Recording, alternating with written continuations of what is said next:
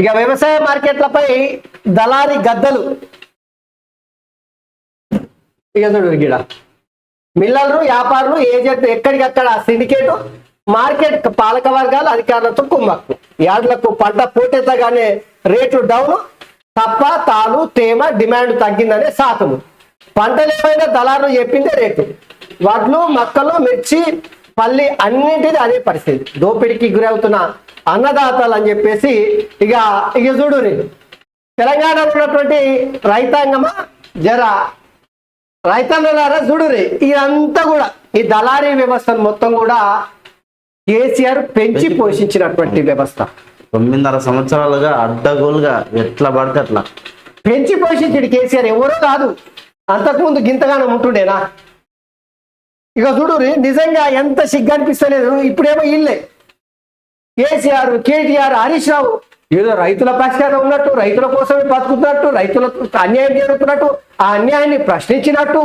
ఏం కలరింగ్! నా ప్రాణం ఉన్నంత వరకు ప్రశ్నిస్తా, కొట్లాడతా అని చెప్తాడు. నేను చెప్తున్నా కదా, కళ్ళకుంట్ల కాంగాని మొత్తం కూడా మేకవన్నీ పులులు, 10% పులి తోలు కప్పుకొని వచ్చినటువంటి మేకలవి. ఎంతసేపు వాళ్ళ అవసరం కోసం, వాళ్ళ రాజకీయం కోసం పనిచేస్తారు తప్పిస్తే ప్రజల కోసమో రైతుల కోసమో నిజాయితీగా పనిచేసిన సందర్భాలు ఎక్కడ కనిపిస్తారు? ఎదుడు మొత్తం తప్ప తాలు తేమ పేరు మీద సాకులు చెప్పి రైతులు పండించేటువంటి పంటను మొత్తం అమాంతం గుంజుకుంటున్నారట. గీడ చూడు మిల్లు లేని దళారికి, ఇది చూస్తే అర్థమవుతుందిగా. మిల్లు లేని దళారికి 220 కోట్ల ధాన్యం. బీఆర్ఎస్ మాజీ ఎమ్మెల్యే అంచటి అక్రమాలు, 10 లక్షల మెట్రిక్ టన్నుల వడ్లు మాయం, అధికారుల తనిఖీలో బయటపడ్డ బాగవుతుంది. దీనికి ఏం సమాధానం చెప్తారు? నిజంగా ఎంత సిగ్గుమాల్య పనులటివి. నేను పదే చెప్తున్నా, చేసేవే లంగ పనులు, దొంగ పనులు, పైకి మేకపోతు గాంభీర్యాలు, గంతేగా ఏముంటాయి? నిజంగా చూడు ఈ సీజన్లో కేంద్రం ఏ గ్రేడ్ వాళ్ళకు 2203 కామన్ రకానికి 2183 మద్దతు ధర ప్రకటించి, కానీ జనగామ మార్కెట్లో ట్రేడర్లు కుమ్మక్కే ఈయన ఆ పద్ధతిలో 1800 నుంచి 1900 మధ్య కొన్నారు. క్వింటాల్కు 500 నుంచి 600 వరకు తగ్గించడంలో ఆగ్రహించిన రైతులు ఆందోళనకు దిగడంతో వారం క్రితం 3 ట్రేడర్లపై ప్రభుత్వం క్రిమినల్ కేసు పెట్టింది. దీంతో మద్దతు ధర పెట్టలేమని క్రిమినల్ కేసులు వెతేయాలని డిమాండ్తో ట్రేడర్లు కొనుగోళ్లను బంద్ పెట్టారు. మంత్రులు చెప్పిన వినిపించుకోకుండా 5 రోజుల పట్టుబడి చేశారు. చివరకు అధికారుల మెట్టు దిగి ట్రేడర్లతో చర్చలు జరపడంతో మంగళవారం ఆ క్వింటాల్కు 1713 నుంచి 2000 దాకా కొనుగోలు చూడు. ఈ దొంగలు, ఈ ట్రేడర్లు మొత్తం రైస్ మిల్లర్లను మొత్తం కూడా పెంచి పోషించిందే కేసీఆర్. 1000 కోట్లు గత ఏడాది అక్షరాల 15,000 కోట్ల రూపాయలు ఈ ధాన్యం కొనుగోళ్ల పేరు మీద దోపిడీ చేశారు. అది మొత్తం కూడా కేసీఆర్కి ఎన్నికల ఖర్చుల కోసము రైతుల నుంచి పీల్చి పిప్పేసి రైతు రక్తాన్ని తాగడానికి అదే కేసీఆర్. ఎంత మైమగాలు కూడా అంటే మాయల పకీరు, అంతకు మించి ఇక మాయల పకీర్ ఇక సిగ్గు అవుతుంది. ఏం చెప్పుకుంటే సిగ్గు సందర్భంలో వారైతే ఊరే అని చెప్పాడు.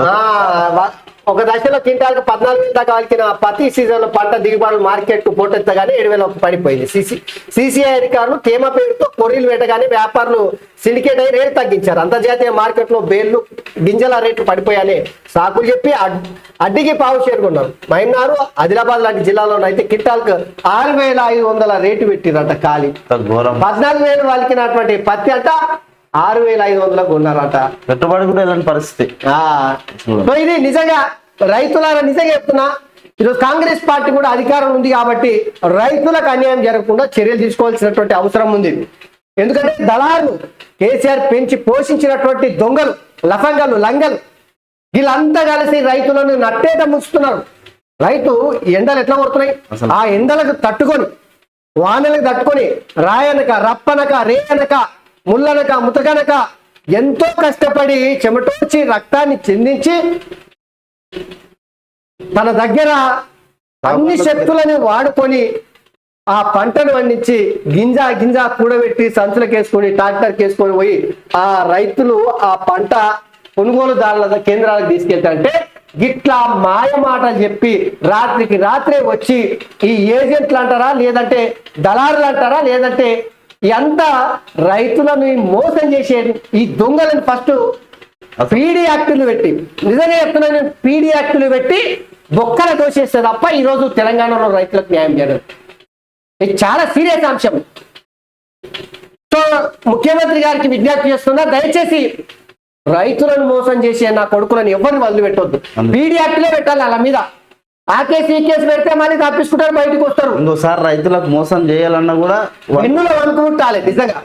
సో ముఖ్యమంత్రి రేవంత్ రెడ్డి గారు దయచేసి మీరు ఈ రైతుల విషయంలో జర దృష్టి పెట్టుర్రి. అదే విధంగా నకిలీ విత్తనాల జోరుగా నడుస్తారు. అవి కూడా చూడాలి.